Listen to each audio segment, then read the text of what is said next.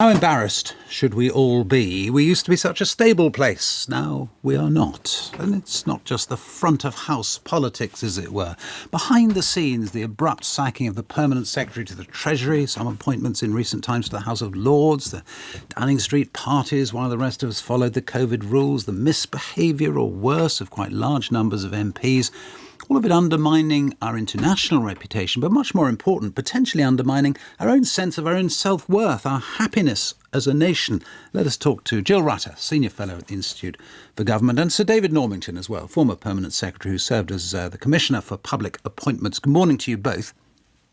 Good morning. Jill Rutter, first of all, how important is it to the nation that we do have not only the sense of stability, but actual stability and competence? Actual stability and competence is clearly very important. It's quite interesting. If you look at the Treasury department that I worked in for really quite a long time, in the Treasury, you assume your permanent secretary hangs around for a long time. We've had some very long-serving recent permanent secretaries, but you also assume that the Chancellor stays in post for quite a long time.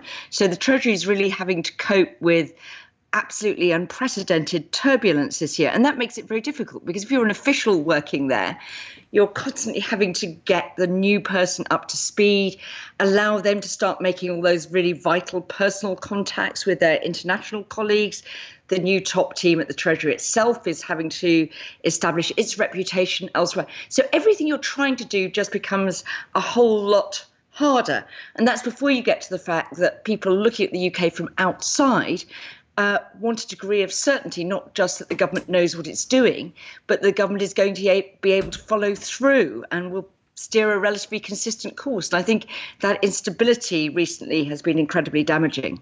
That is a really interesting place, Sir David, in which to start with you, because you were around, weren't you, during the last great financial crisis, the huge financial crisis, the world financial crisis, 2007, 2008. And what is the difference between then and now? Well, it was a very serious crisis, and there was a sense that things were running away, not just with this country, but with the whole financial system. But of course, the government, from the Prime Minister downwards, took an immediate grip. There was very good working between the Prime Minister and the Chancellor.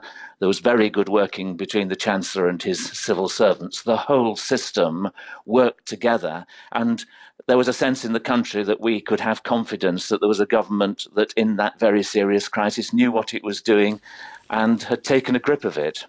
But what has happened since then politically, Jill Rutter, is a lot of people have said, yes, we did get a grip of the financial crisis, but we took all sorts of decisions after it that actually, in the end, benefited particularly wealthier people, people with a lot of assets, and did not do what it should have done, which was allow everyone to recover from the financial crisis in an equal way. And there's a fascinating, I want to put this to you, a piece that Charles Moore's written for The Telegraph today, saying the pickle we're in isn't the consequence of the democratic process, but its usurpation by central banks, global banks, bureaucracies, international financial institutions.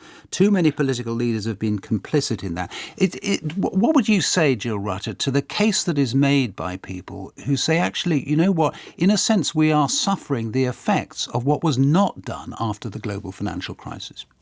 I think it's very interesting to say the extent to which, the UK and the US, which were the two countries that, if you like, sort of suffered, the two G7 countries that suffered most in the financial crisis, have looked as though their sort of politics have been most destabilised by the outcome of that. The US with the election of Donald Trump, the UK going through the process of austerity and the choices that were then made about how to stabilise the public finances, in particular the balance between public spending cuts and the amount that the Chancellor sought to rectify through taxes. And other people would say as well that when interest rates were very low, the sort of Treasury orthodoxy about being too careful with the public finances.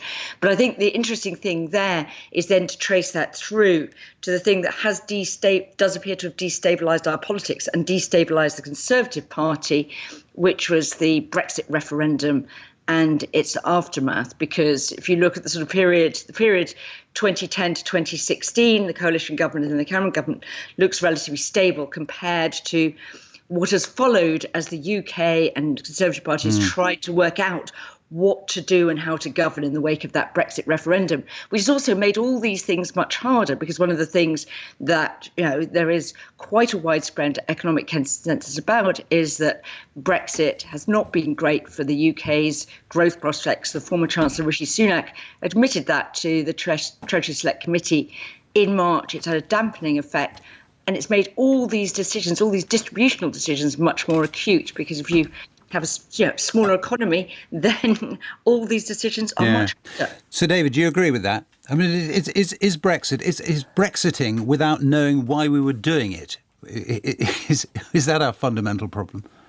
Yes, I think it has been a problem, but I think also what's happened is that the Conservative Party has never completely recovered from Brexit. It has been divided amongst itself.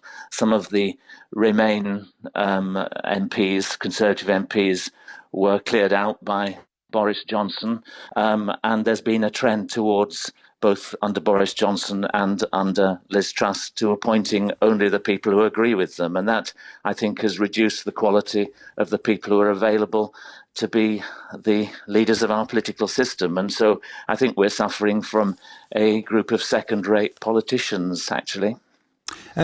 Jill Rutter, so what do we do about it?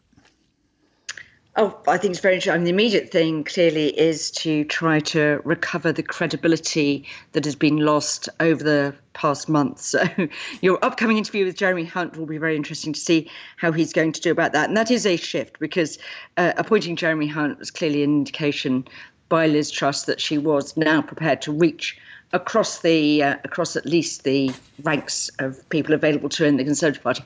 In the longer run, I think we need to potentially look again at some of the sort of constitutional underpinnings. You were talking about standards, the sort of bodies we have to enforce standards, the strength of some of these buttressing institutions, whether we actually can find a way of sort of restabilising and actually demonstrating to the external world that the UK is actually a well-governed place. It does have the right safeguards in place, and we are a place that, frankly, can signal to overseas investors that we're a good bet for their money. Jill Rutter and Sir David Normington, thank you both very much.